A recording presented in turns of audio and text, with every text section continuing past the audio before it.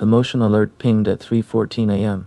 By the time he opened the app, the figure on the lawn was already looking up at the camera. It hadn't been there a second before. There's a particular kind of footage that doesn't scare you while you watch it. It scares you afterward. When you're lying in bed and the room is dark and you remember the one frame that didn't make sense. Night vision cameras don't lie the way film can. No lighting tricks.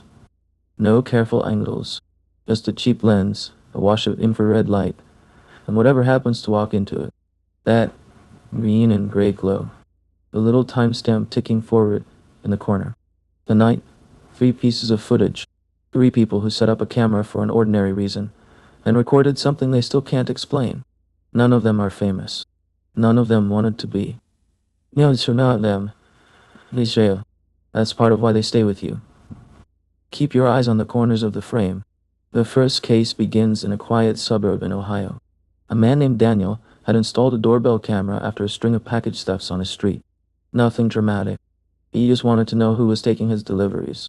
For weeks, the footage was boring. Cats, wind, a neighbor's headlights sweeping across the driveway. Then came the night of October 19th.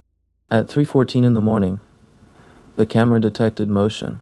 Daniel slept through the alert. But the recording saved automatically, the way it always did.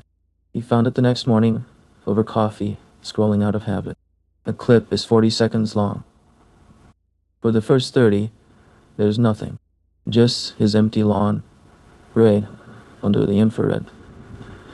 The streetlight a soft halo at the edge. Then, in the lower corner, a figure, standing perfectly still, facing away from the house. Daniel told himself it was a drunk neighbor, a lost stranger. But here's the part that bothered him. He played it back frame by frame, and the figure doesn't walk into view. In one frame, the lawn is empty. In the very next, the figure is simply there, fully formed, as if it had always been standing on his grass, and the camera had only just decided to notice. It stays motionless for 9 seconds. Then, slowly, it turns its head. Not its body, just its head, until it's looking directly up at the lens. The clip ends there. The camera, Daniel says, lost connection for exactly 4 minutes. When it came back online, the lawn was empty again. He still lives in that house. He just doesn't watch the recordings anymore. The second case is colder. Literally. A young woman named Priya works seasonal nights at a logistics warehouse outside Denver. Vast place, concrete floors, rows of steel shelving, 40 feet high, and a skeleton crew of 3 people covering a building the size of a stadium. Security cameras everywhere, all running night vision after the main lights powered down to save costs. Priya's job was to monitor those cameras from a small office. 12 screens. Endless gray aisles. She'd done it for months without incident. One night in February on camera 6, she noticed something at the far end of an aisle. A shape, low to the ground, near the floor, where the shelving met the wall. She assumed it was a forklift, left in shadow. Then it moved. Not like a person crawling. She was very specific about this when she described it. It moved the way stain spreads, smoothly, without limbs, lifting, or shifting. Just drifting along the base of the shelving, keeping low, keeping to the dark seam where the camera struggled to focus. She radioed her 2 coworkers. Both were on the opposite side of the building. Both confirmed they hadn't moved. Priya watched the shape travel down the entire aisle on camera 6, then disappear at the edge of frame. A second later, it appeared on camera 7, then camera 8, moving toward the office, toward her. She locked the door. She called her supervisor, and then, on the small screen labeled,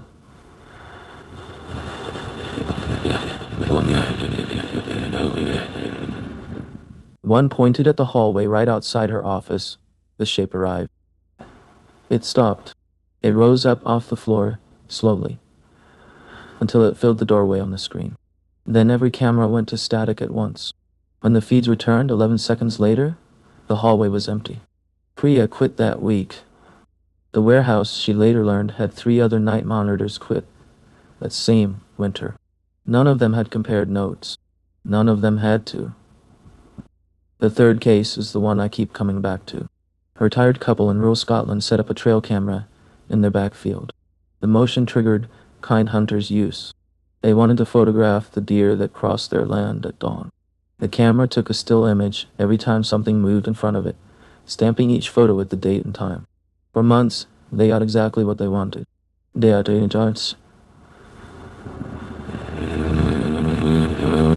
Foxes, the occasional badger, hundreds of ordinary pictures, until they reviewed a batch from one particular night in spring. The first photo, timestamp 2:1 a.m., shows the empty field. Normal.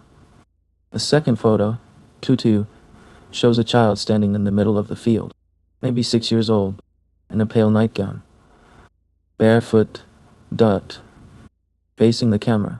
There are no children for miles. The nearest farm is empty. In the third photo, 2:3, the child is closer. Closer than 1 minute of walking should allow. Photo 4 Tars. Closer still. And now you can see that the child's feet aren't quite touching the wet grass. Photo 5 Thifton. The face fills the frame. And I won't describe the face except to say that the couple took the camera down that morning and burned it in their wood stove. They told the local constable they'd lost it. They didn't want anyone else to develop the habit of looking at that field at 2 in the morning. The husband said one thing that stayed with me. He said the worst part wasn't any single photo. It was the timestamps. 1 minute apart, each one, which meant that thing had stood in their field, patient, waiting for the motion sensor to wake up again, pausing, knowing exactly how the camera worked, knowing it was being watched and wanting to be seen, one frame at a time. 3 cameras, 3 reasons, 3 people who only wanted to see what happens in the dark when no one is looking. But here's the thought I can't shake. Every one of these cameras is still out there. Cheap lenses in quiet places recording all night, every night, in homes and fields and empty buildings across the world. Millions of them. Most of that footage is never watched. It just saves itself and waits. Which means right now, somewhere, a camera is recording something. And the only thing standing between that footage and the rest of us is whether anyone ever decides to press play. Check your own cameras tonight. The 3 a.m. clips. The ones you always skip. Just don't watch them alone. If this one kept you up, there are darker files waiting in the dark. So subscribe and keep a light on with us at Midnight Files.